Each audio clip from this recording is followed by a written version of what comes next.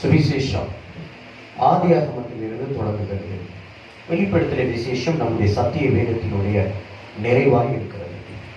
இந்த ஆதியாகமும் புத்தகமும் வெளிப்படுத்தின விசேஷம் என்கிற புத்தகமும் அநேக காரியங்களில் ஒன்றோடு ஒன்று பின்னி பிணைந்தவை.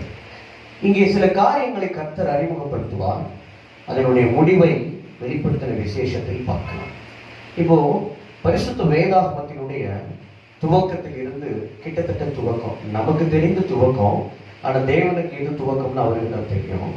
அந்த துவக்கத்தில் இருந்து பார்க்க போகிறோம்.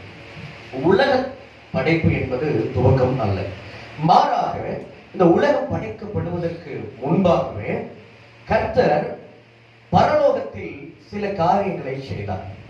ஏனென்றால் எல்லாவற்றுக்கும் அடிப்படையும் எல்லாவற்றுக்கும் உச்சபட்சமானதும் பரலோகம்.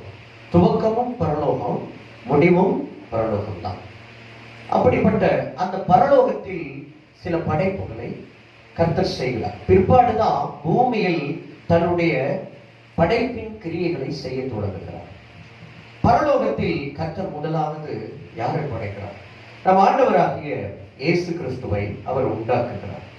பரிசுத்த வேதாகமத்தில் இயேசுவானவருடைய படைப்பை பற்றி நீதிமொழிகள் 8ஆம் அதிகாரம் 22ஆம் வசனத்தில் இருந்து வாசிக்கிறோம்.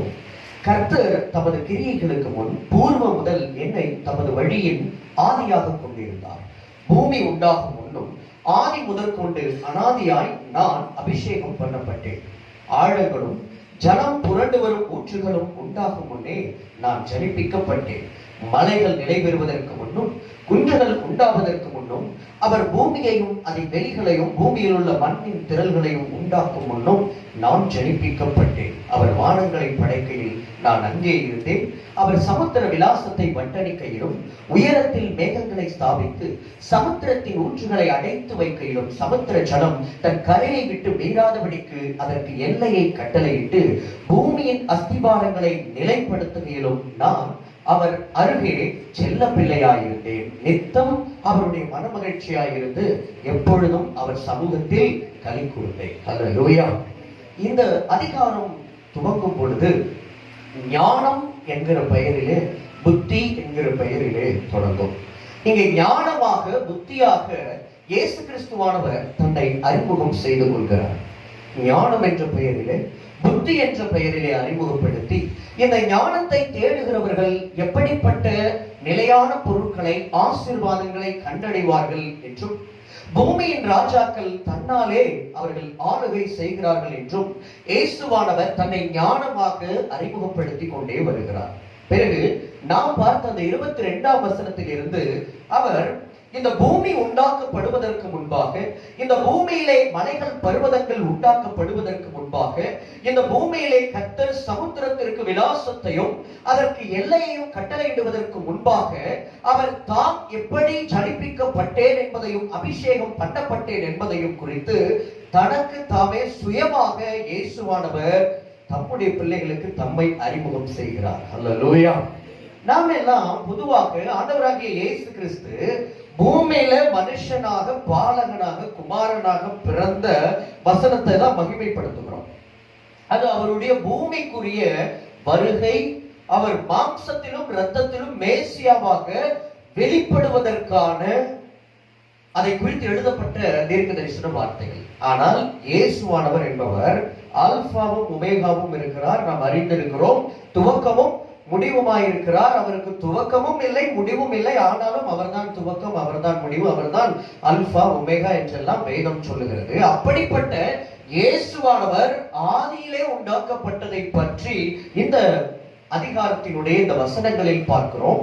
ஆனால் இந்த வசனங்களை பற்றிய புரிதல், அறிதல் பொதுவாக நம்முடைய சபையோருக்கு தெரியாது. அல்லேலூயா.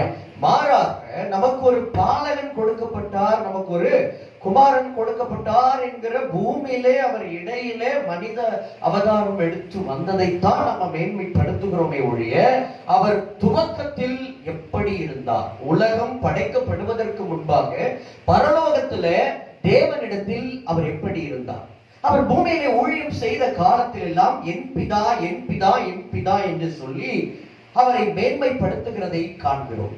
அந்த பிதாவோடு இயேசுவானவர் எப்படி இருந்தார், வானங்களை தேவன் உண்டாக்குகையில் இயேசுவானவர் தேவனுக்கு அருகில் செல்ல பிள்ளையாய் இருந்தார் என்று சொல்லி சுயமாகவே இயேசு தம்மை குறித்து அறிமுகம் செய்கிறார்.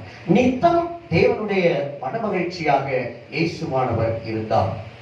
இப்படி இயேசுவை தேவன் முதலாவது உண்டாக்குகிறார், ஜனிப்பிக்கிறார், அபிஷேகம் பண்ணுகிறார்.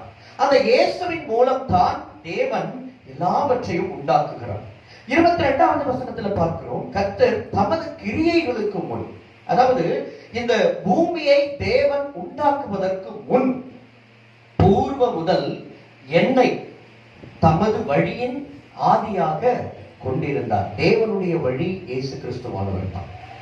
தேவன் எப்பொழுதெல்லாம் கிரியை செய்ய தொடங்கினாரோ, எப்பொழுது கிரியை செய்ய தொடங்கினாரோ அப்பொழுது அவருடைய வழியின் ஆதி துவக்கம் அல்பா யார் என்றால் இயேசுவானவர். அதனால் தான் வேதம் சொல்லுகிறது, சகலமும் அவர் மூலமாய் உண்டாயிற்று, உண்டாக்கப்பட்டது ஒன்றும் அவராலே அல்லாமல் உண்டாக்கப்படவில்லை என்று சொல்லி வேதம் சொல்லுகிறது. இயேசுவின் மூலம்தான் சகலமும் உண்டாக்கப்பட்டன. இயேசுதான் பிதாவாகிய தேவனுடைய வழியின் துவக்கமாக, ஆதியாக, அல்பாவாக இருந்திருக்கிறார் என்பதை இந்த வசனங்களில் பார்க்கிறோம். அல்லேலூயா. இது இயேசு பரலோகத்தில், அதாவது உன்னதத்தில் உண்டாக்கப்பட்டதை குறித்து வேதம் பதிந்து வைத்திருக்கிற வசனங்கள். பரலோகத்திலே விசேஷித்தமான பல்லாயிரக்கணக்கான தூதர்களை உண்டாக்கினார். அப்படிப்பட்ட தூதர்களுள் விசேஷித்தமானவர்கள் 3 பேர், லூசிபர், மிகாவேல் மற்றும் கேப்ரியேல்.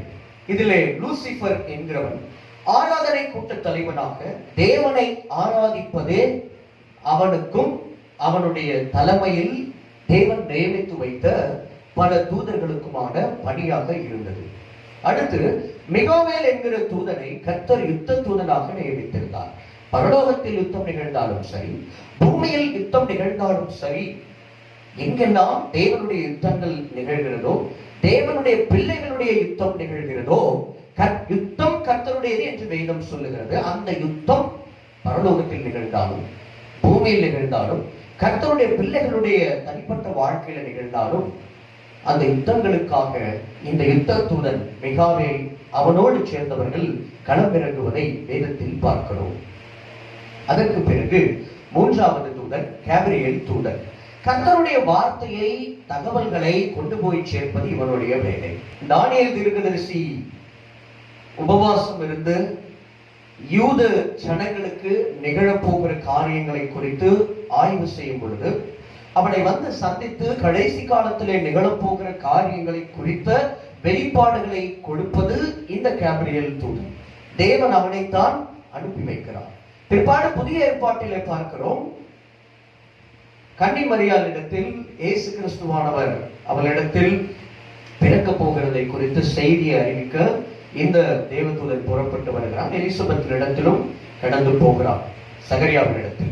அப்போ கேப்ரியேல் தூதனுடைய வேலை கர்த்தருடைய செய்தியை கொண்டு போய் அப்படியே வார்த்தை மாறாமல், பிசகாமல், ஒன்றையும் கூட்டாமல் குறைக்காமல் கொண்டு போய் சேர்ப்பதுதான் கேப்ரியேல் தூதனுடைய வேலை. அல்லேலூயா. அப்போ இந்த 3 தூதர்களை கர்த்தர் பிரதான நிலைக்கு கொண்டு வருகிறார். அப்படி ஒரு தூதனை அவர் மிகவும் மேன்மைப்படுத்துகிறார். லூசிபர் என்கிற தூதனை கர்த்தர் மிகவும் மேன்மைப்படுத்தி சிருஷ்டிக்கிறார். பரிசுத்த வேதாகமத்தினுடைய மிக பிரதானமான ஆளுமை ஆண்டவராகிய இயேசு கிறிஸ்து. அவரை மையமாக வைத்துதான் முழு உலகமும் இயங்குகிறது, பரலோகம் இயங்குகிறது, பூலோகம் இயங்குகிறது, எல்லா உலகங்களும் அண்ட சராசரங்களும் இயங்குகின்றன.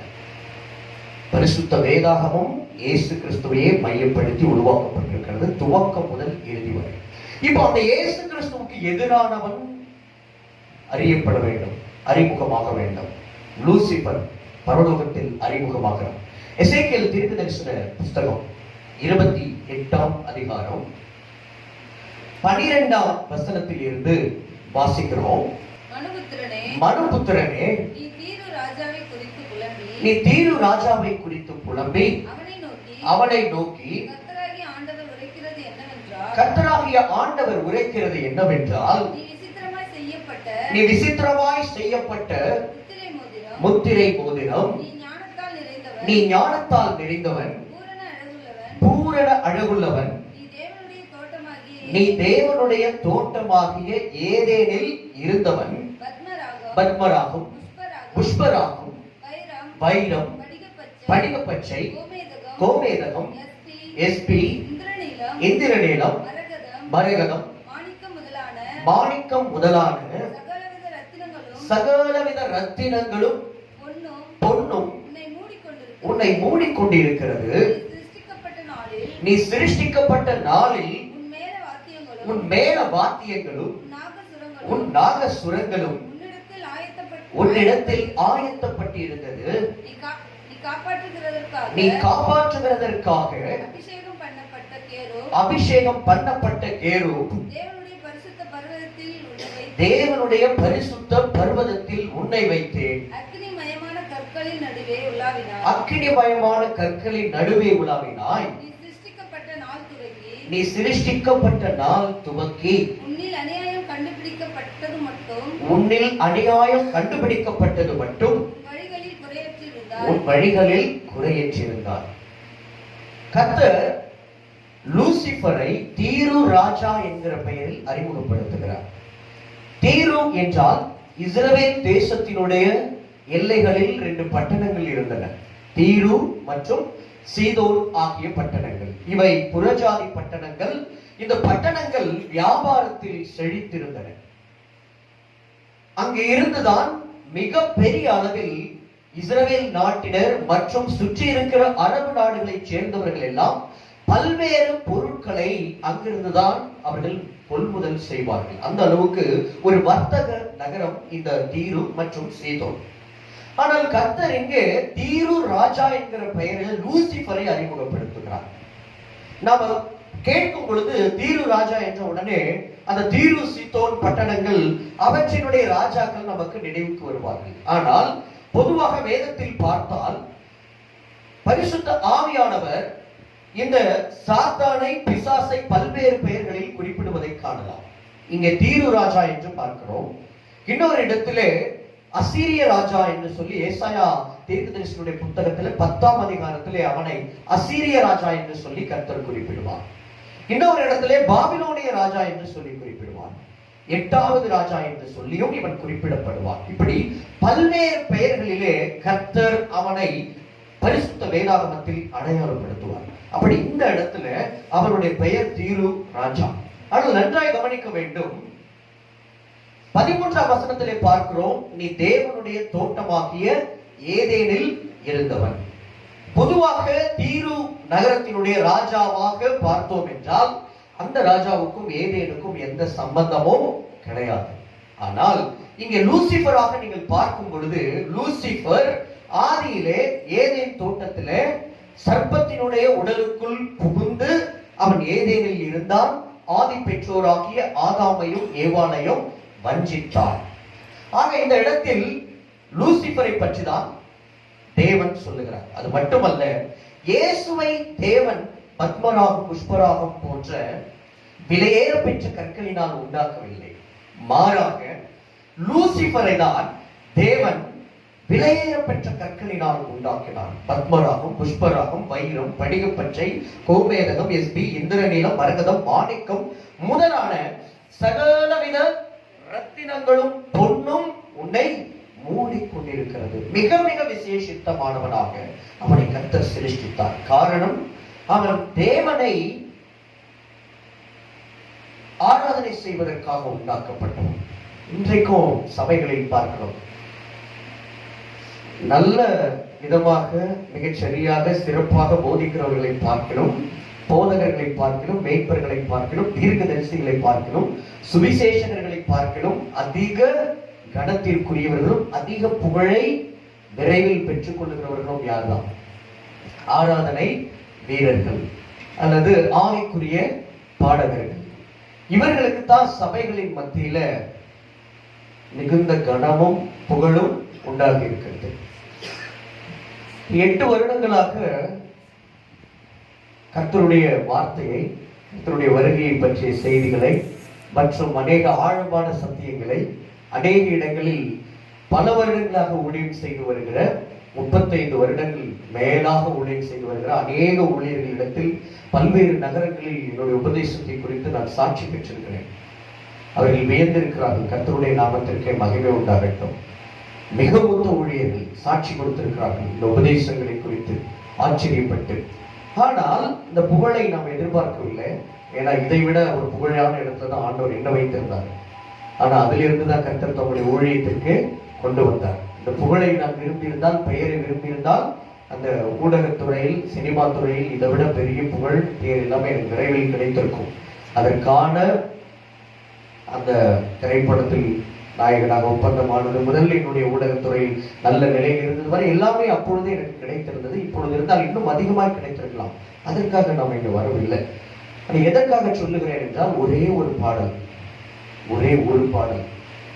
ஒரே மாசம் உங்களை கொண்டு போயிட்டு ஒட்டுமொத்த தமிழ்நாட்டு சபைக்கும் கொண்டு போய் சேர்த்து விடும். உண்மையை சொல்லுகிறேன். உடனே உங்களுக்கு தமிழ்நாடு முழுக்க மீட்டிங் புக் ஆயிடும். வருந்தி கூப்பிடுவாங்க. உங்களிடத்தில் தேவனுடைய வார்த்தை இருக்கா, உங்களிடத்துல சத்தியம் இருக்கா, டீச்சிங் இருக்கா, அதெல்லாம் நெக்ஸ்ட் தான். இந்த பாடல் புகழ் வராது அப்படின்னா உடனே இளைஞர்கள் கூட்டம், வாலிபர்கள், கன்னிகைகள், புருஷர்கள், ஸ்திரீகள் குடும்பமா என்ன செய்வாங்க, அவருடைய மீட்டிங்கிற்கு கடந்து போவார்கள். அங்க அவர் ஏதாவது வித்தியாசமான வினோதமான சத்தத்தை எல்லாம் எழுப்புவாரு. பாட்டு கூட பாட மாட்டாரு, வினோதமான சத்தத்தை கூட எழுப்புவாரு. ஆனா அதுக்கு கூட கூட்டம் கோரஸா கத்தோம், கைத்தட்டோம். அல்லேலூயா. ஆனா நாம ஆழமான சத்தியங்கள் பேசினா வெளியிலே தெரிய பல வருஷமாகும். வெளியில தெரியறதுக்காக நாம இங்க வரல. ஆனா வெளியில தெரிஞ்சா இன்னும் சத்தியங்கள் வேகமாய் போய் சேரும் என்கிற ஆதங்கத்துல சொல்றேன். அல்லேலூயா. எதுக்கு சொல்றேன் அப்படின்னா, பரலோகத்திலே இது தொடங்கி விட்டது. மற்ற தூதர்களை பார்க்கலும், யுத்தம் பண்ணுகிறவனை பார்க்கலும், செய்தியை கொண்டு போய் சேர்க்கிறவனை பார்க்கலும். யுத்தம் என்பது ஜெபத்திற்கு ஒப்பாயிருக்கிறது. செய்தியை கொண்டு போய் சேர்ப்பது என்பது போதகத்திற்கு ஒப்பாயிருக்கிறது. இது ரெண்டு பேர் யார் செய்தார்கள்? மிகாவேல் யுத்த தூதன், ஒரு ஜப வீரர் என்று வைத்துக் கொள்ளலாம்.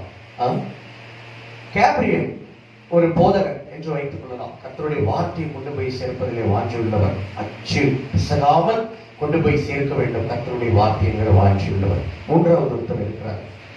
அவர் லூசிபர், ஒரு ஆராதனை கூட்ட தலைவர், சிறப்பாக பாடல் பாடக்கூடியவர். அவருடைய ஆராதனை என்பது பரலோகத்தையே மயக்கக்கூடியது.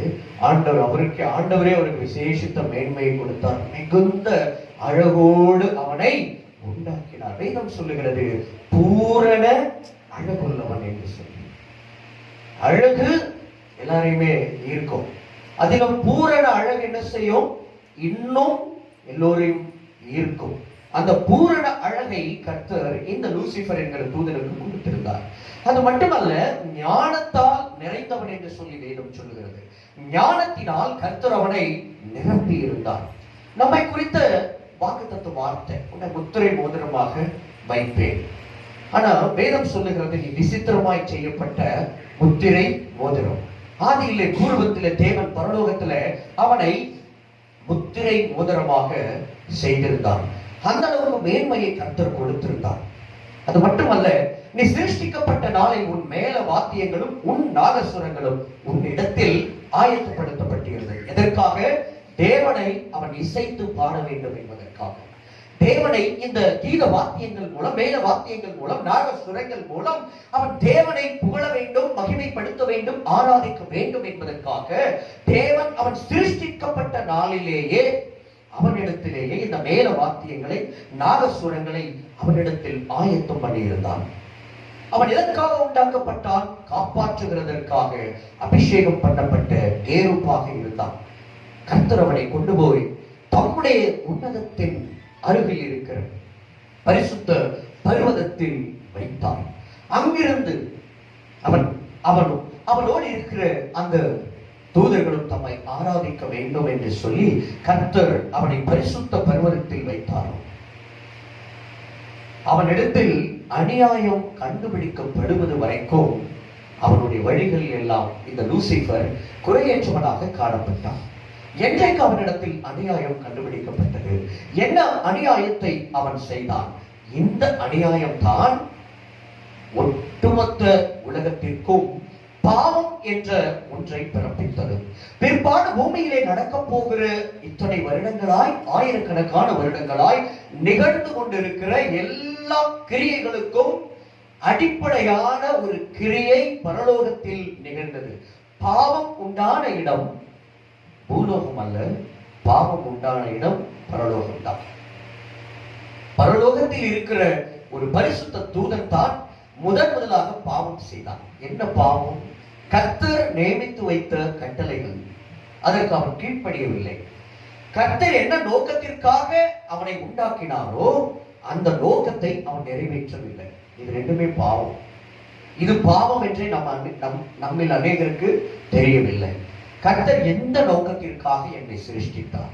கர்த்தர் எந்த நோக்கத்திற்காக எனக்கு அழகை கொடுத்தார்? கர்த்தர் எந்த நோக்கத்திற்காக எனக்கு ஞானத்தை கொடுத்தார்? கர்த்தர் எந்த நோக்கத்திற்காக என்னிடத்தில் நல்ல ஆராதிக்கும் கிருபைகளை கொடுத்தார்? கர்த்தர் எந்த நோக்கத்திற்காக என்னை உயர்ந்த இடமாகிய பர்வதத்துல நல்ல ஒரு வாழ்க்கையில கனத்துக்குரிய இடத்துல வைத்தார்? எதற்காக என்றால், உங்களை கொண்டு தம்முடைய நாமத்தை மகிமைப்படுத்துவதற்காக. அதுதான் அடிப்படை நோக்கம் அல்லது உயர்ந்த நோக்கம். இந்த நோக்கத்தில் என்றைக்கு லூசிபருடைய வழிகளில் குறைவு உண்டானதோ அன்றைக்கு சகலமும் குறைவுபட தொடங்கியது. ஏசாயா தீர்க்கதரிசியின் புஸ்தகம் 14ஆம் அதிகாரம் 12ஆம் வசனத்தில் இருந்து நாம் வாசிக்கலாம்.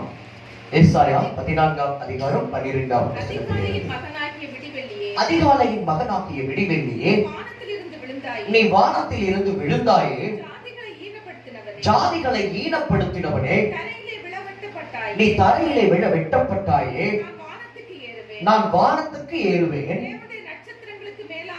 தேவனுடைய நட்சத்திரங்களுக்கு மேலாக என் சிங்காசனத்தை உயர்த்துவேன், வடபுறங்களில் உள்ள ஆராதனை கூட்டத்தின் பர்வதத்திலே வீற்றிருப்பேன் என்றும், நான் மேகங்களுக்கு மேலாக உன்னதங்களில் ஏறுவேன், உன்னதமானவருக்கு ஒப்பாவேன் என்றும் நீ உன் இருதயத்தில் சொன்னாயே. ஆனாலும்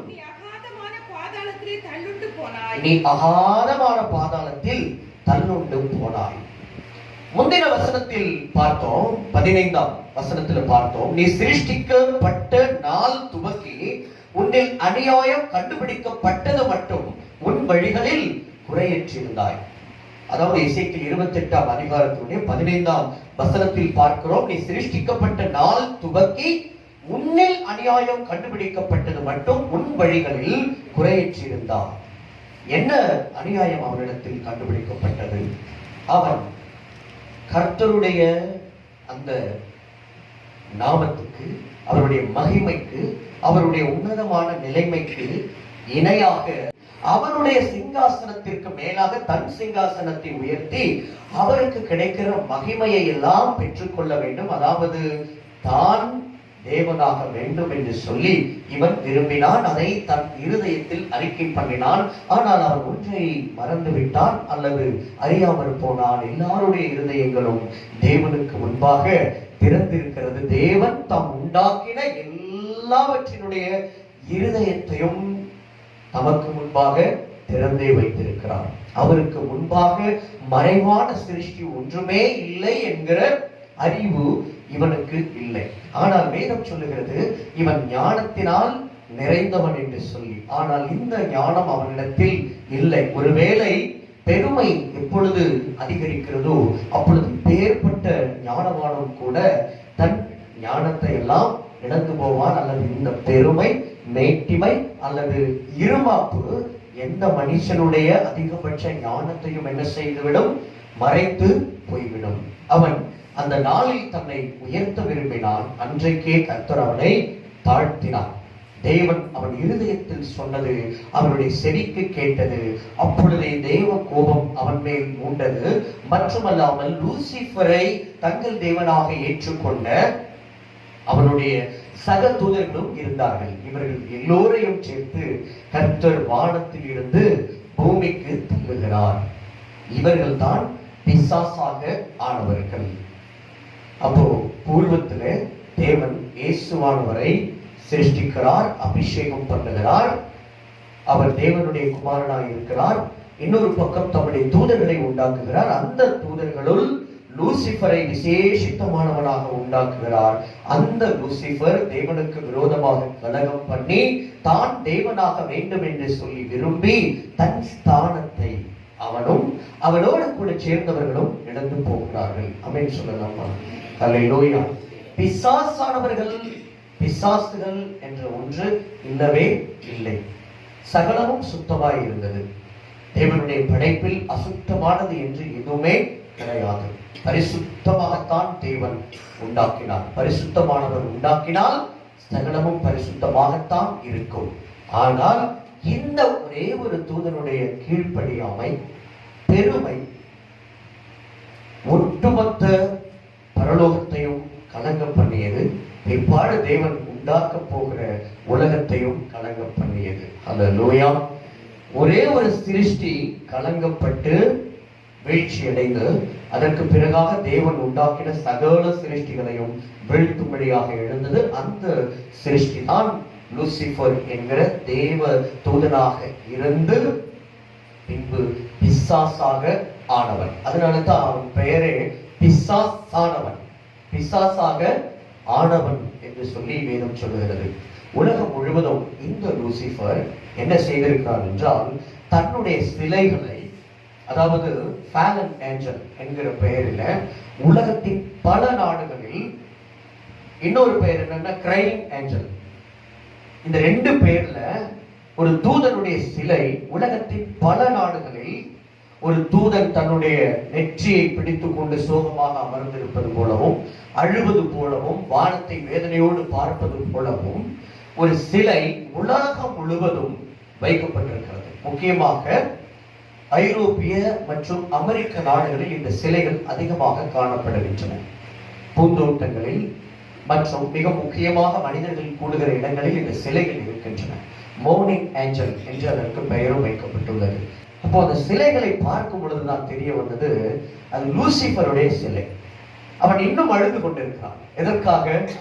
பரலோகத்துல தேவன் தனக்கு வைத்த மிகப்பெரிய ஸ்தானத்தை தாம் இழந்து போய்விட்டோமே என்கிற வலி அவனுக்கு இன்னும் இருக்கிறது. அதனால தான் உலகம் முழுவதும் அதை வெளிப்படுத்தும் விதமாக அவன் அழுகிற தேவ தூதர்கள், அதாவது சோகமாய் அமர்ந்திருக்கிற மிகப்பெரிய ஒரு இழப்பை சந்தித்த ஒரு தேவ தூதன் எப்படி வேதனையோடு அமர்ந்திருப்பானோ அதே நிலையில ஏராளமான சிலைகளை உலகம் முழுவதும் ஸ்தாபித்திருக்கிறான். அப்போ இன்றும் கூட அவனுக்கு அந்த வலி வாட்டி வரைத்துக் கொண்டிருக்கிறது. ஒரே ஒரு சிறு காரியம் நம்மை உன்னதத்தில் இருந்து பரலோகத்தில் இருந்து கீழே தள்ளி நியாய தீர்ப்பு நாளை நமக்கு நியமித்து வைத்து விட்டது. அக்கினி கடலுக்கு போகிறோம். அவனை குறித்த முடிவு அவனுக்கு தெரியும். அவனோடு இருக்கிறவர்களுக்கும் நன்றாய் தெரியும். நிச்சயமாக என்றைக்கு இயேசு கிறிஸ்துவானவர் பூமிக்கு மறுபடியும் வந்தாலும் அன்றைக்கு அவனுக்கு பாதாளத்திலே 1000 வருட நித்திய சங்கிலிகளினால் கட்டப்பட்ட 1000 வருட சிறைவாசமும், பிறகு வெள்ளை சிங்காசன நியாய தீர்ப்பின் பொழுது அக்கினி கடல் நியாய தீர்ப்பு இவனுக்கும் இவனுடைய தூதர்களுக்கும் வைக்கப்பட்டிருக்கிறது என்கிற முடிவு இவனுக்கும் இவனுடைய தூதர்களுக்கும் நன்றாய் தெரியும்.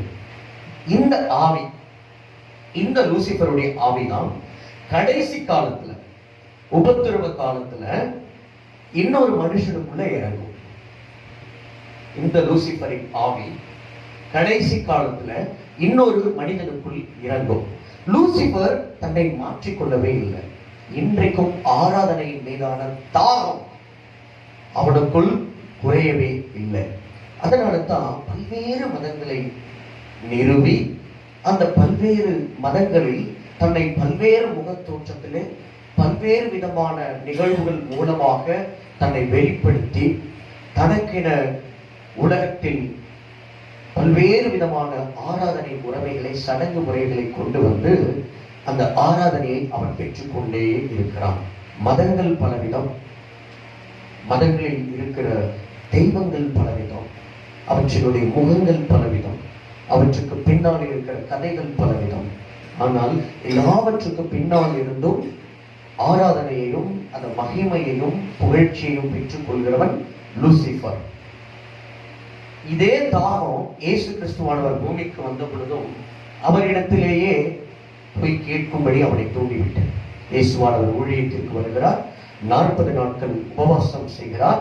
அவர் வனாந்திரத்தில் அவருக்கு பசி உண்டாகும் பொழுது இவன் அவரிடத்தில் போய் கேட்கிறான், நீர் என்னை சாஷ்டாங்கமாய் விழுந்து பணிந்து கொண்டீரானால் பூமியில இந்த சகல ராஜ்யங்களும் அவற்றுடைய மகிமையையும் உமக்கு தருவேன் என்று சொல்லி பூமியின் சகல ராஜ்யங்களை ஒரு நிமிஷத்துல அவருக்கு காண்பித்து, இவற்றினுடைய அதிகாரம் எல்லாம் என்னிடத்தில் தான் இருக்கிறது, ஏனென்றால் அவன் தான் பிரபஞ்சத்தின் அதிபதி, இந்த உலகத்தின் அதிபதி.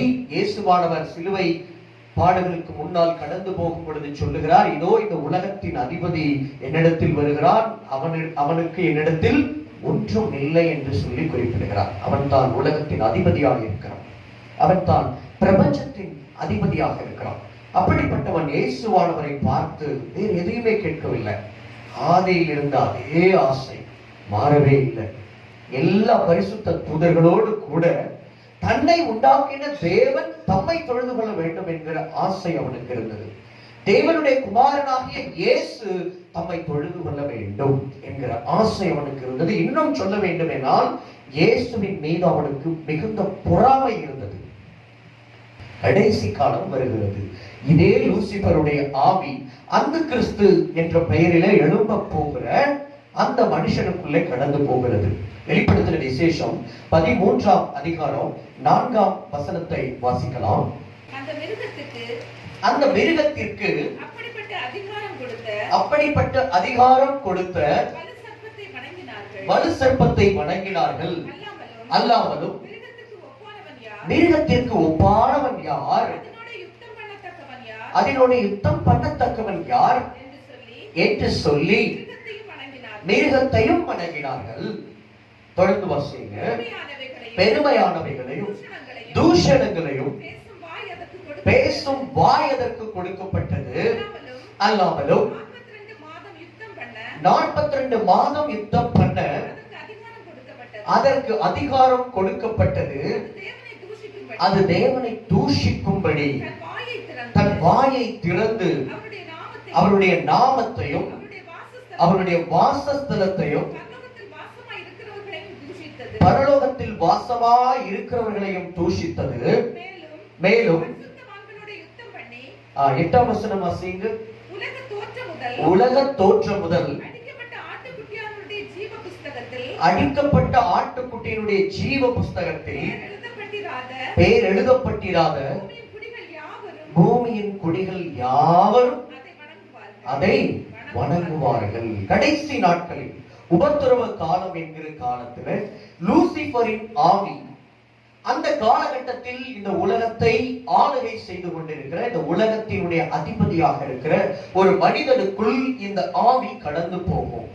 லூசிபர் ஆகிய சாத்தான் தன் அதிகாரம் முழுவதையும் வல்லமையையும் அன்று வனாந்தரத்தில் இயேசுவை பார்த்து சொன்னான் அல்லவா, பூமியினுடைய சகல ராஜ்யங்களையும் இவற்றின் மகிமையையும் உமக்கு தருவேன், நீர் என்னை சாஷ்டாங்கமாய் விழுந்து பணிந்து கொண்டீரானால் என்று நிபந்தனையோடு அவன் சொன்ன அந்த சலுகை அதை அப்படியே அந்த கிறிஸ்துவுக்கு கொடுக்கிறான். ஏனென்றால் இந்த அந்த கிறிஸ்துவானவன் சாத்தானை தொழுது கொள்ளுகிறவனாக வணங்குகிறவனாக வெளிப்படுவான். ஒரு சாத்தானிஸ்டாக, சாத்தான் சபையை சேர்ந்தவனாக, ஒரு இல்லுமினாட்டி என்பவனாக வெளிப்படுவான். அவனுடைய கோபம் பூமியின் மீதும், பூமியில் குடியிருக்கிறவர்கள் மீதும், பரிசுத்தவான்கள் மீதும், யூதர்கள் மீதும் மற்றும் பரலோகத்திலே வாசமாய் இருக்கிறவர் மீதும், பரலோகத்தின் வாசஸ்தலங்கள் மீதும், தேவனுக்கு பூமியிலே எருசலேமில் உண்டாக்கப்பட போகிற 3வது ஆலயத்தின் மீதும் அவனுடைய கோபம் பற்றி எரிகிறது. அப்பொழுது அவன் சாத்தானுடைய ஆவியினாலே தேவனை நிந்திக்கிறான்.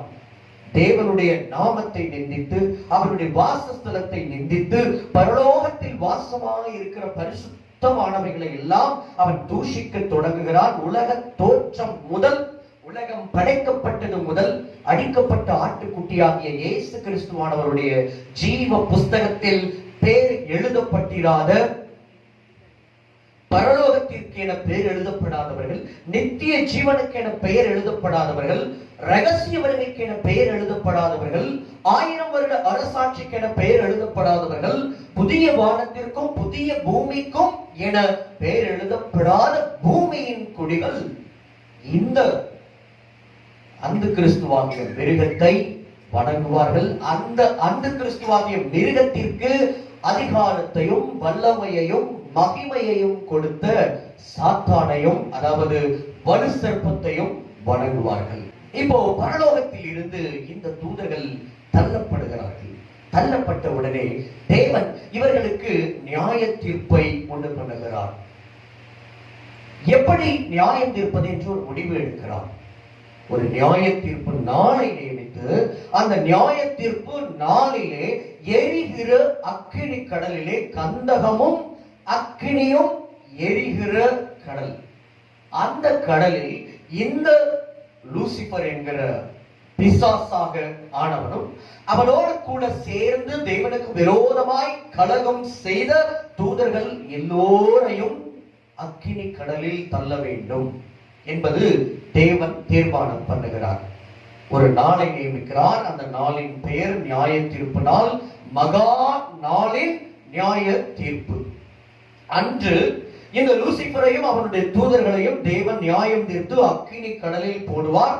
கோடி கோடி ஆண்டுகள் ஆனாலும் இவர்கள் அந்த அவியாத அக்கினியிலே, கந்தக கடலிலே அவர்கள் வேக வேண்டும். இது தேவ திட்டம், தேவனுடைய நியாய தீர்ப்பு. இது நியமிக்கப்பட்டது உலகத்தை கர்த்தர் படைப்பதற்கு முன்பாகவே. அதனால்தான் வேதத்திலே நாம பார்க்கிறோம், யூதா நிருபம் 6ஆம் வசனம், தங்களுடைய ஆதி மேன்மையை காத்துக் கொள்ளாமல் தங்களுக்குரிய வாசஸ்தலத்தை விட்டுவிட்ட தூதர்களையும் மகா நாளின் நியாய தீர்ப்புக்கென்று நித்திய சங்கிலிகளினாலே கட்டி அந்தகாரத்தில் அடைத்து வைத்திருக்கிறார். நான் ஏற்கனவே சொன்னேன், கர்த்தர் மகா நாளின் நியாய தீர்ப்பு ஒன்றை உண்டாக்கி விட்டார். அந்த நாளிலே இந்த தங்களுக்குரிய வாசஸ்தலம், தூதர்களுக்குரிய வாசஸ்தலம் எது? பரலோகம். தூதர்கள் என்றால் எங்கே இருக்க வேண்டும்? பரலோகத்தில் இருக்க வேண்டும். அதுதான் லூசிபருக்கும் அவனோடு கூட இருந்த தூதர்களுக்கும் கூட தேவன் வைத்த வாசஸ்தலம்.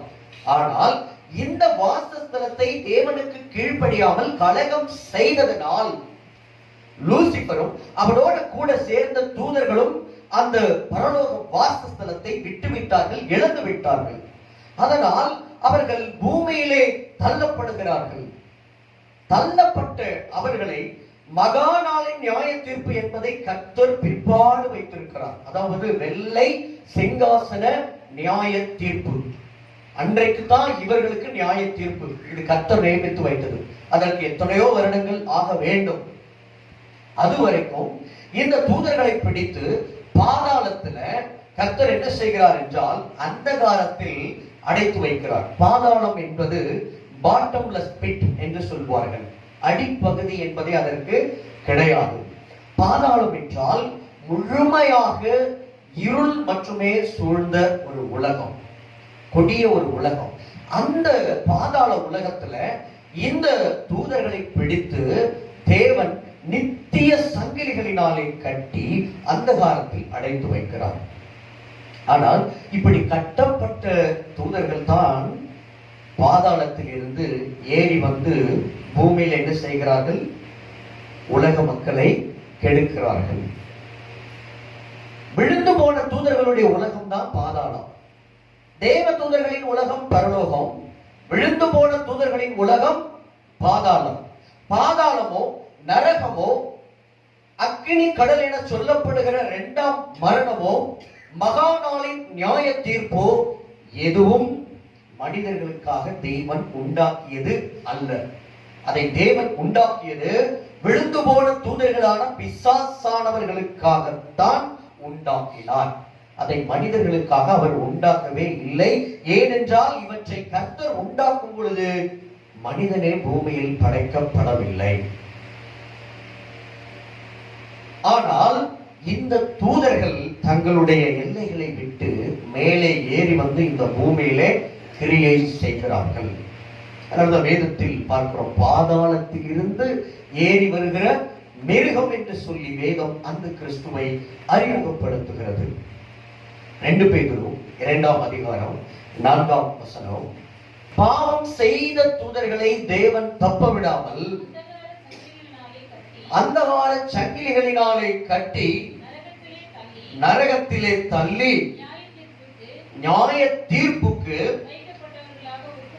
வைக்கப்பட்டவர்களாக ஒப்பு கொடுத்து, பாவம் செய்த விழுந்து போன தூதர்களாகிய பிசாசுகளாய் மாறி போனவர்களை அந்தகாரத்தின் சங்கிலிகளினாலே தேவன் கட்டி நரகத்திலே வைக்கிறார். எதற்காக என்றால் நியாய தீர்ப்பு நாளுக்காக வைக்கிறார். இன்று என்றைக்கு ஆதாம் ஏவாள் பாவம் செய்தார்களோ அதற்கு பிறகு அவர்கள் நித்திய ஜீவனை இழந்த பிறகு, ஆத்மாவிலே அவர்கள் மரித்த பிறகு, தேவனோடு அவர்களுக்கு இருக்கிற உறவை அவர்கள் இழந்த பிறகு, மனிதன் மரித்தால் அவன் எங்கே போவான் என்றால் இந்த பாதாளத்திற்கு தான் போக வேண்டும். அந்த பாதாளமாகிய அந்தகாரத்தின் சங்கிலிகளுக்குள் கடந்து போக வேண்டும்.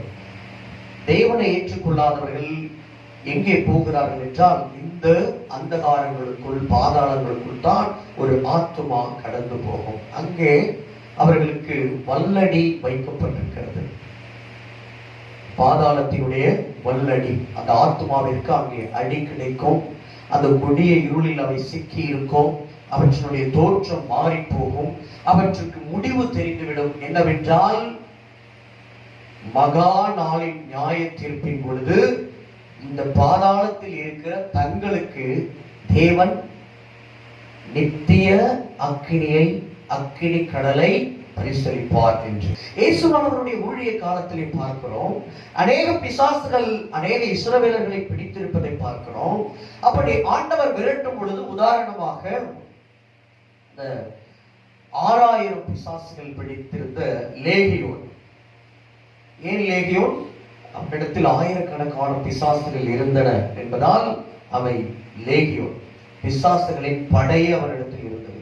அப்போ ஆண்டவர் அவற்றை வெளியேறும்படியாக கட்டளை கொடுக்கிற பொழுது அவை ஆண்டவரிடத்தில் விண்ணப்பம் பண்ணுகின்றன. என்னவென்று, தங்களை பாதாளத்திற்கு போகும்படியாக நீர் சொல்லக்கூடாது. அவற்றினுடைய விண்ணப்பம், தங்களை பாதாளத்திற்கு மட்டும் போக சொல்லிவிட வேண்டாம்.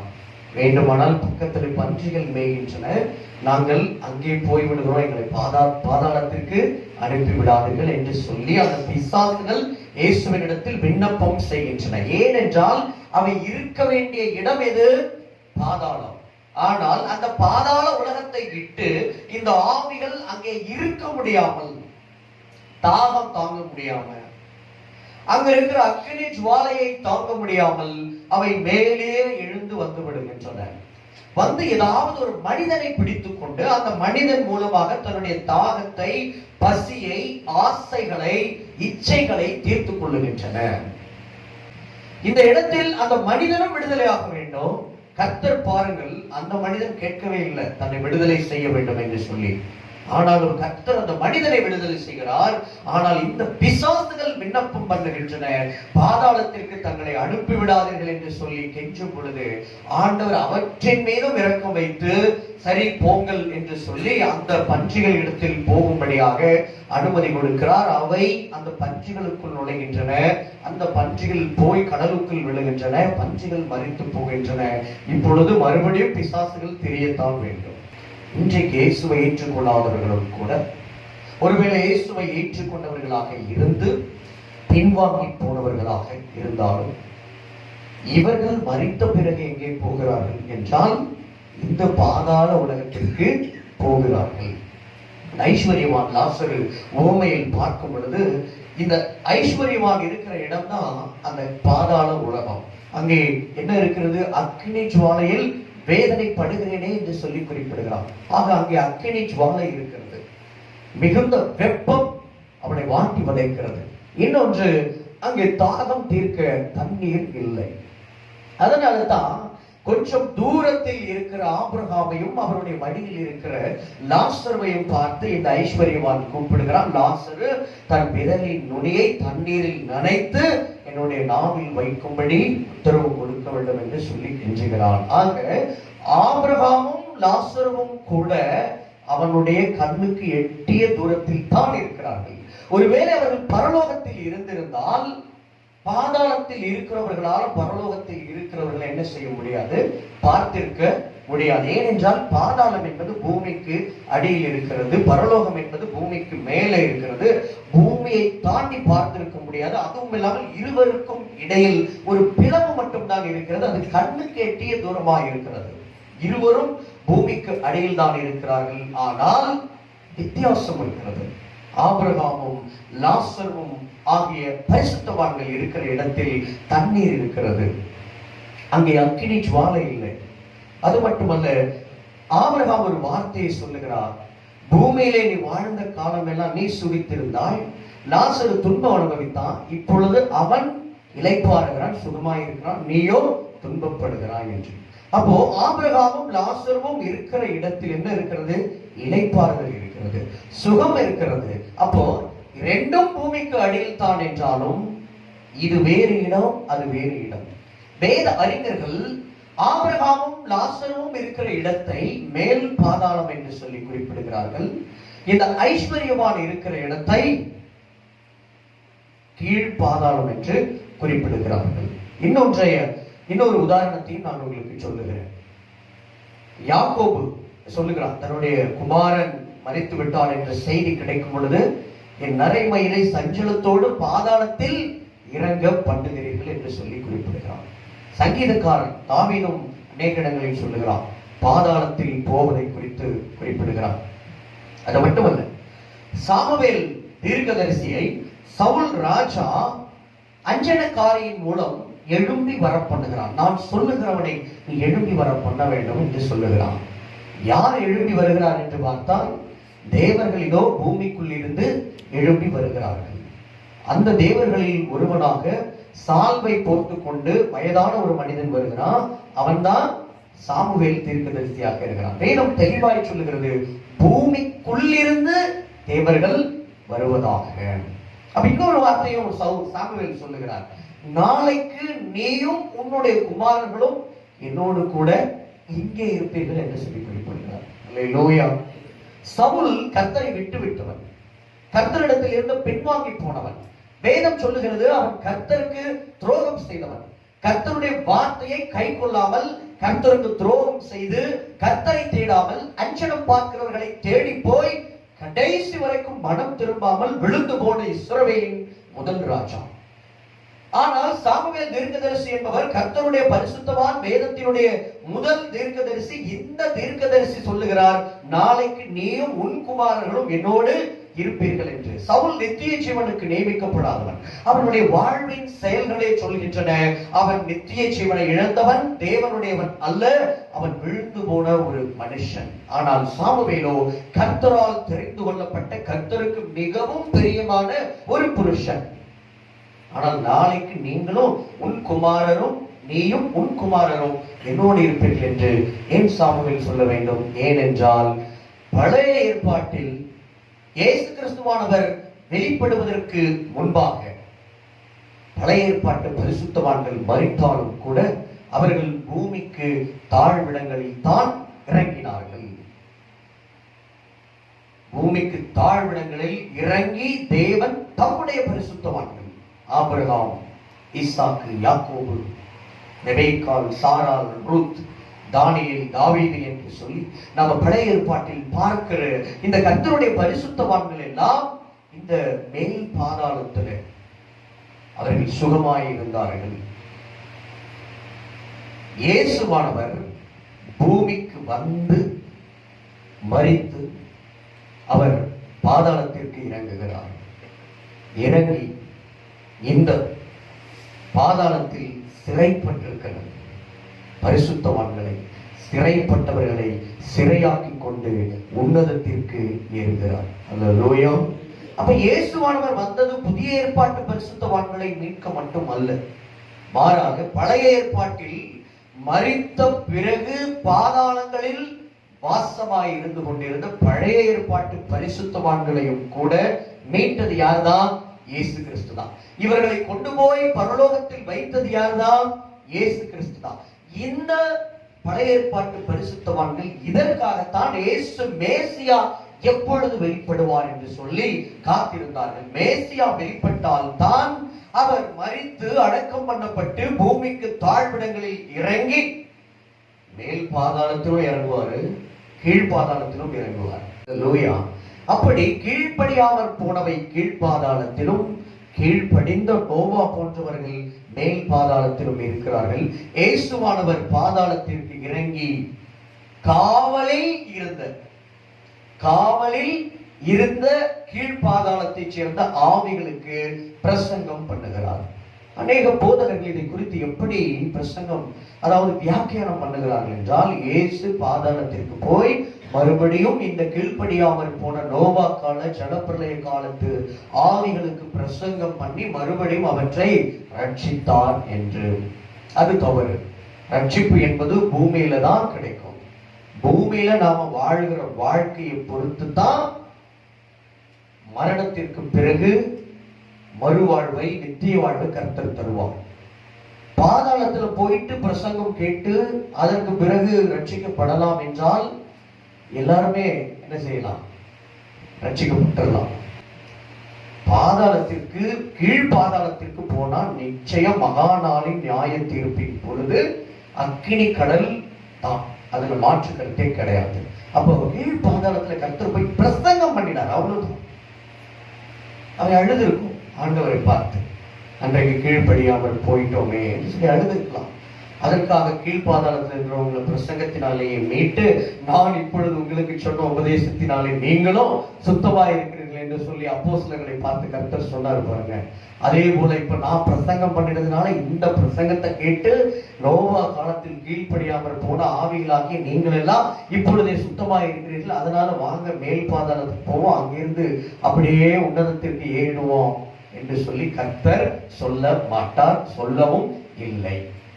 மேல் பாதாளத்திற்கு வந்து ஆண்டவர் ஆபிரகாம் உள்ளிட்ட அந்த பழைய ஏற்பாட்டு பரிசுத்தவான்களை எல்லாம் மொத்தமாக சிறைப்படுத்தி கொண்டு என்றால் தவறாக புரிந்து கொள்கிறார்கள்.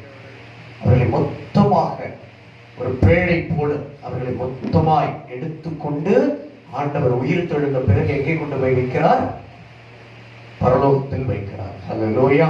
அப்ப இயேசுவானவர் வெளிப்பட்ட பிறகுதான் அவர் மரணத்தையும் வென்றவர், பாதாளத்தையும் வென்றவர். மரணமே உன் கூர் எங்கே, பாதாளமே உன் ஜெயம் எங்கே? ரெண்டையும் கர்த்தர் வெல்ல வேண்டியது அவருக்கு இடப்பட்ட கடமை. ஏனென்றால் மனிதன் பாவம் செய்த பொழுது, ஆதி பெற்றோர் பாவம் செய்த பொழுது ரெண்டும் மனுஷனுக்கு உண்டாக்கப்பட்டது. இது ரெண்டிற்கும் உரியவர்கள் விழுந்து போன தூதர்களாகிய பிசாசுகள் மட்டும்தான். ஆனால் மனிதன் பிசாசுடைய வஞ்சகத்திற்கு செவி கொடுத்தபடியினால் பிசாசுக்கு உரியவை எவையோ அவையெல்லாம் மனிதர்களுக்கும் உரியவையாய் மாறின. கீழ் பாதாளம் என்பது நித்திய அந்தகார சங்கிலிகள் என்பது பிசாசுக்காக, பிசாசாய் மாறி போன விழுந்து போன தூதர்களுக்காக தேவன் நியமித்தது. ஆனால் மனிதன் அங்கே போக தொடங்குகிறான். இதிலும் ஒரு கூட்டம் அந்த ஆதாமினுடைய வம்சாவழியிலேயே தேவனை தொழுது கொள்ள ஆரம்பிக்கிறது. மனுஷர் தேவனை தொழுது கொள்ள தொடங்கினார்கள் என்று சொல்லி பார்க்கிறோம். மனசாட்சியின் காலம் அது. எந்த கட்டளைகளும் கிடையாது. கர்த்தருக்கு பயந்து மனிதன் கர்த்தரை பயத்தோடு பின்பற்றின காலம் அதுதான். ஏனோக்கு உள்ளிட்டவர்கள் எல்லாம் வாழ்ந்த காலம் தான் மனசாட்சியின் காலம். அதற்கு பிறகு நியாயப்பிரமாண காலம் வந்தது.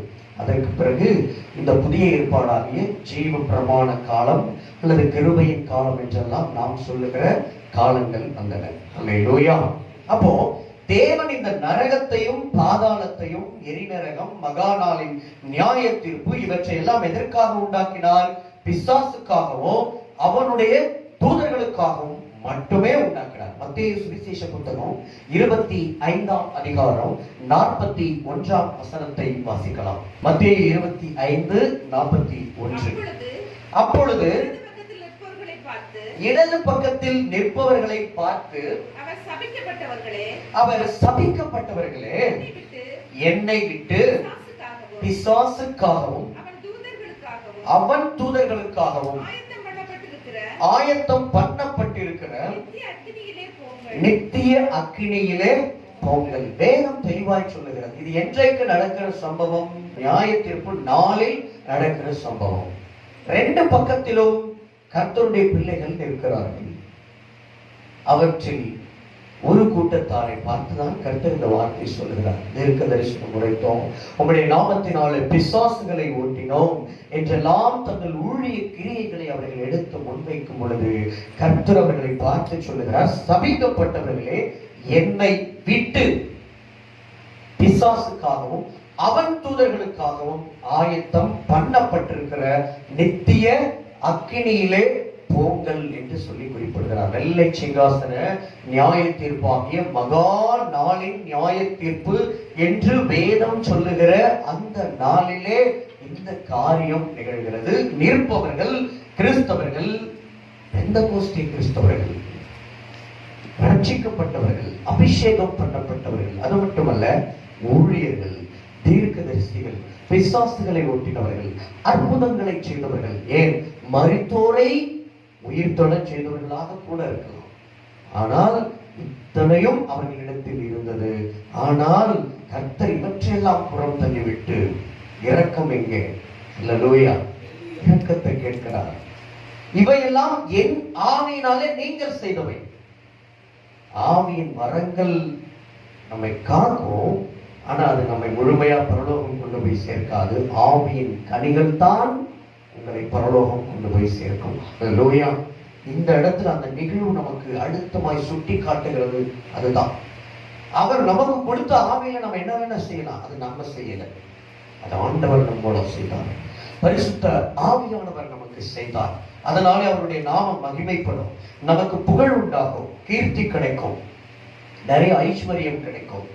ஆனால் ஆவியின் கனிகள் தான் என்னையும் ரட்சிக்கும், என்னோடு கூடியவர்களையும் ரட்சிக்கும். அல்லேலூயா. நியாய தீர்ப்புக்கு முன்பாக இரக்கம் மேன்மை பாராட்டும் என்று எழுதப்பட்டுள்ள வார்த்தையை இந்த இடத்துல நீங்கள் நினைவு கூற வேண்டும். இங்கே நியாய தீர்ப்பு நடக்கிறது. இங்கே கர்த்தர் வலது பக்கத்தில் இருக்கிறவர்களை பார்த்து சொல்லும் பொழுது இரக்கத்தை தான் முன்னிறுத்துகிறார். ஆடை இல்லாமல் இருந்தேன், ஆடை கொடுத்தீர்கள். உணவு இல்லாமல் இருந்தேன், உணவு கொடுத்தீர்கள். தாகத்தில் இருந்தேன், தண்ணீர் கொடுத்தீர்கள். சிறைப்பட்டிருந்தேன், என்னை காண வந்தீர்கள். நான் வியாதியஸ்தனாய் இருந்தேன், என்னை காண வந்தீர்கள். இத்தனையையும் எந்த குணாதிசயத்தின் அடிப்படையில் ஒருவன் செய்ய முடியும்? இரக்கம். அல்லேலூயா. இரக்கம் இல்லாமல், அன்பு இல்லாமல் இதை எல்லாவற்றையும் செய்யவே முடியாது. அப்ப இது மேன்மை பாராட்டுகிறது. ஆனா அற்புதங்கள், அடையாளங்கள் அங்கு என்ன செய்கின்றன? கர்த்தர் அவற்றை தாழ்த்தி போடுகிறார். அவருடைய ஆவியினாலே செய்யப்பட்டவை தான், ஆனாலும் அவற்றை புறந்தள்ளுகிறார். நான் உங்களை கொண்டு செய்தவற்றை நீங்கள் பேசாதீர்கள், என் ஆவியை கொண்டு நீங்கள் என்ன செய்தீர்கள் அதுதான் இங்க பேசும். அல்லேலூயா. உங்கள் கிரியைகள் தான் பேசும், உங்கள் வாழ்நாளின் கிரியைகள் தான் பேசும். உங்களுடைய மூலம் நான் செய்த அற்புதங்கள், அடையாளங்கள் பேசாது. அந்த இடத்துல தான் ஆண்டவர் சொல்லுகிறார், பிசாசுக்காகவும் அவன் தூதர்களுக்காகவும் ஆயத்தம் பண்ணப்பட்டிருக்கிற நித்திய அக்கினியாகிய கந்தகமும் அக்கினியும் எரிகிற கடலுக்கு போங்கள் என்று சொல்லி குறிப்பிடுகிறார். வெளிப்படுத்தின விசேஷம் 20ஆம் அதிகாரம் 6ஆம் வசனம். முதலாம் உயிர்த்தெழுதலுக்கு பங்குள்ளவன் பாக்கியவானும் பரிசுத்தவானுமாய் இருக்கிறான். இவர்கள் மேல் இரண்டாம் மரணத்திற்கு அதிகாரம் இல்லை. இவர்கள் தேவனுக்கும் கிறிஸ்துவுக்கும் முன்பாக ஆசாரியராய் இருந்து அவரோடு கூட 1000 வருஷம் அரசாளுவார்கள். நம்ம கவனிக்க வேண்டிய வார்த்தை, இவர்கள் மேல் இரண்டாம் மரணத்திற்கு அதிகாரம் இல்லை. எதை வேதம் இரண்டாம் மரணம் என்று சொல்லி குறிப்பிடுகிறது? வெளிப்படுத்துற விசேஷம் அதே 20ஆம் அதிகாரம் 14 மற்றும் 15ஆம் வசனங்கள். அப்பொழுது மரணமும் பாதாளமும் அக்கினி கடலிலே தள்ளப்பட்டன. இது இரண்டாம் மரணம். ஜீவ புஸ்தகத்தில் எழுதப்பட்டவனாக காணப்படாதவன் எவனோ அவன் அக்கினி கடலிலே தள்ளப்பட்டான். பிரியமானவர்களே, முதலாம் மரணம் இரண்டாம் மரணம் என்று சொல்லி பரிசுத்த வேதாகமம் ரெண்டு மரணத்தை பற்றி பேசுகிறது. இதுல முதலாம் மரணம் என்பது ஒரு மனிதன் தன் மாம்ச சரீரத்திலே மரிப்பது. இது எல்லா மனிதர்களுக்குமே நியமிக்கப்பட்டிருக்கிறது.